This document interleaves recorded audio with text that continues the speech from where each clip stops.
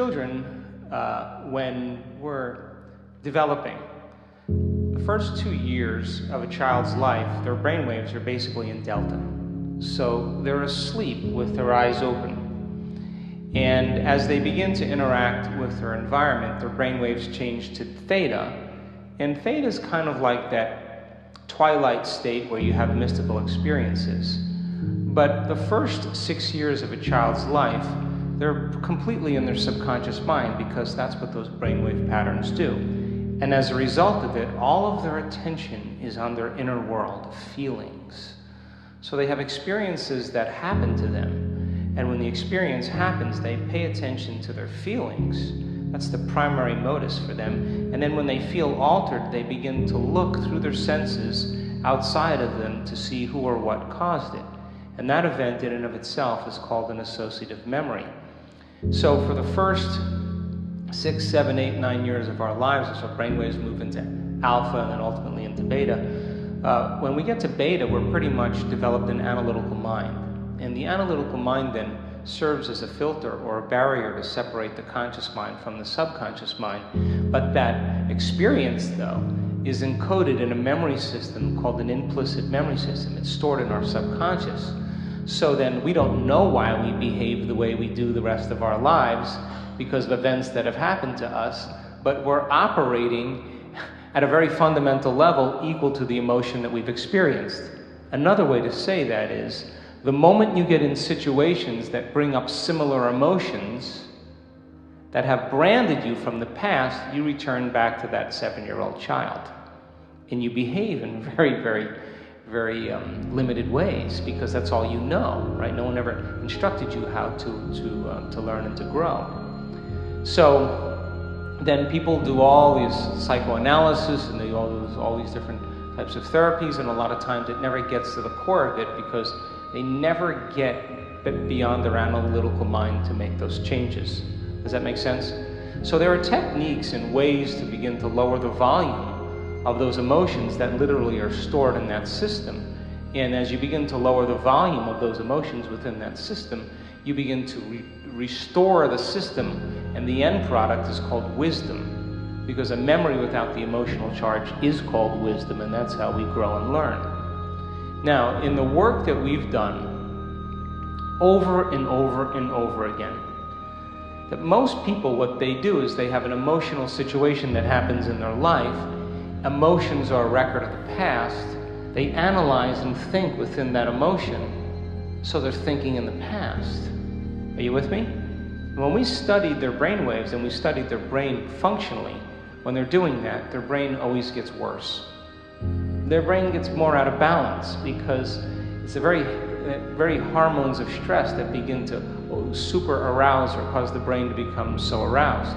When you're facing a threat or something in your life that's potentially dangerous, the moment that happens, you begin to anchor consciousness in the body. You become very aware of your body because there's danger out there. You become super aware of objects and things in your environment because there's something dangerous out there.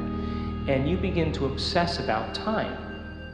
And now when you do that, your brainwaves change and all of your attention goes on the outer world because that's where the danger is. Does that make sense? So 70% of the time, people stay in this state. That's a scientific fact.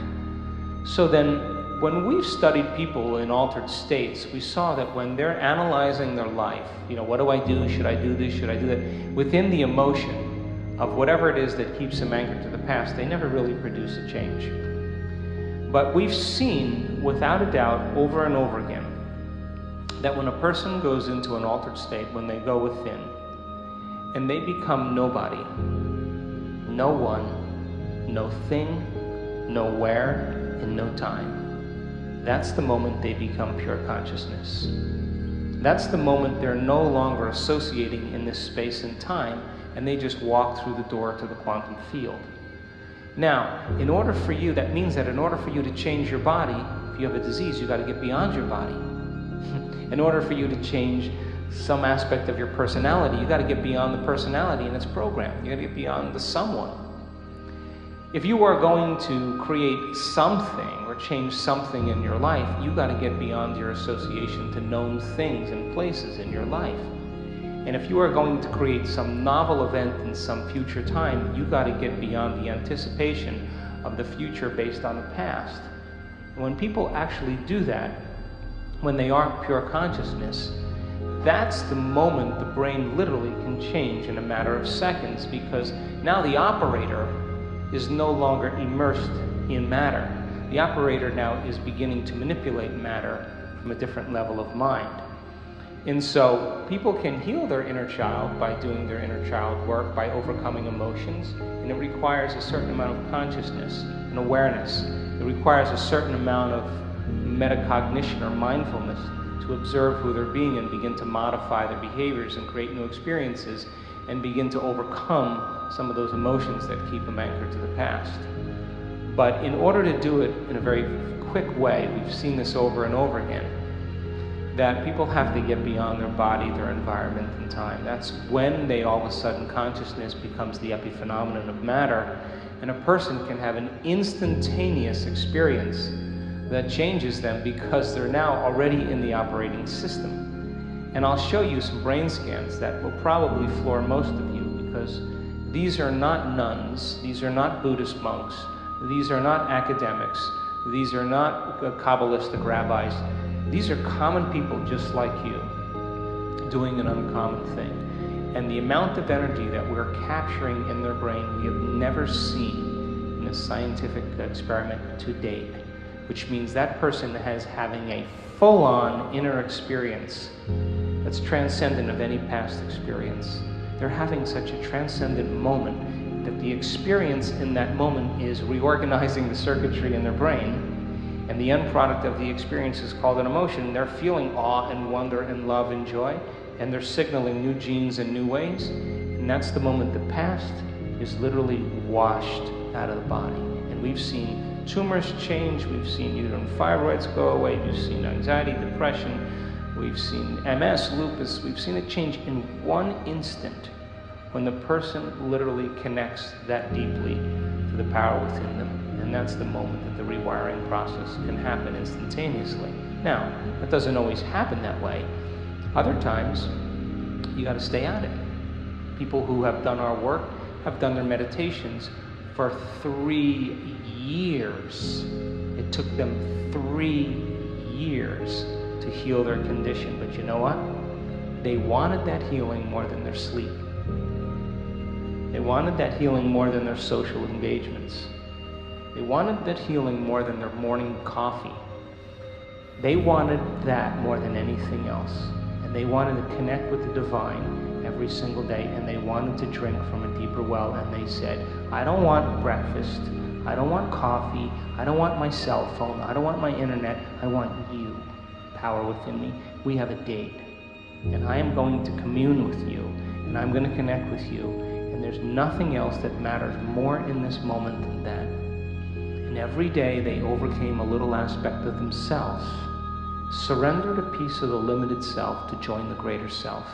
And sure, it was hard, and sure they had doubts, and sure they were uncertain, and sure they didn't feel like it certain days because they were facing a very serious condition. But every day they did it. And after a period of 3 years, and they overcame that disease or that condition or whatever, you ask that person, what about that condition or disease? They'll tell you, it was my greatest teacher. What about your father who was an alcoholic and was abusive? That was my greatest lesson. Because what if you think about your father now? Do you have any charge? No. And I'd say, well, now you have wisdom, because the memory without the emotional charge is wisdom. And if the soul's job is to embrace the unknown and create new experiences, if we're living by the same emotions, addicted to those emotions every day, how can the soul go on an adventure into the future if it is stuck emotionally to the past? So then positive thinking doesn't work if the person is literally anchored to the past emotionally. And so when people begin to open their heart, we've got enormous amount of data to show how powerful you are and how connected you are to the person on the other side of the room when you open your heart, how it affects that person. We've measured this, that you are bound in an invisible field beyond space and time, but not when you're feeling anxious, not when you're feeling angry, not when you're feeling frustrated, not when you're judgmental. You're not doing that. You're actually drawing from the field around your body and turning it into chemistry, and your field shrinks. But when you open your heart and you begin to breathe through that center, and it's safe to open up, the field around your body can be 9 meters wide. That's science now. Now you're more energy and less matter.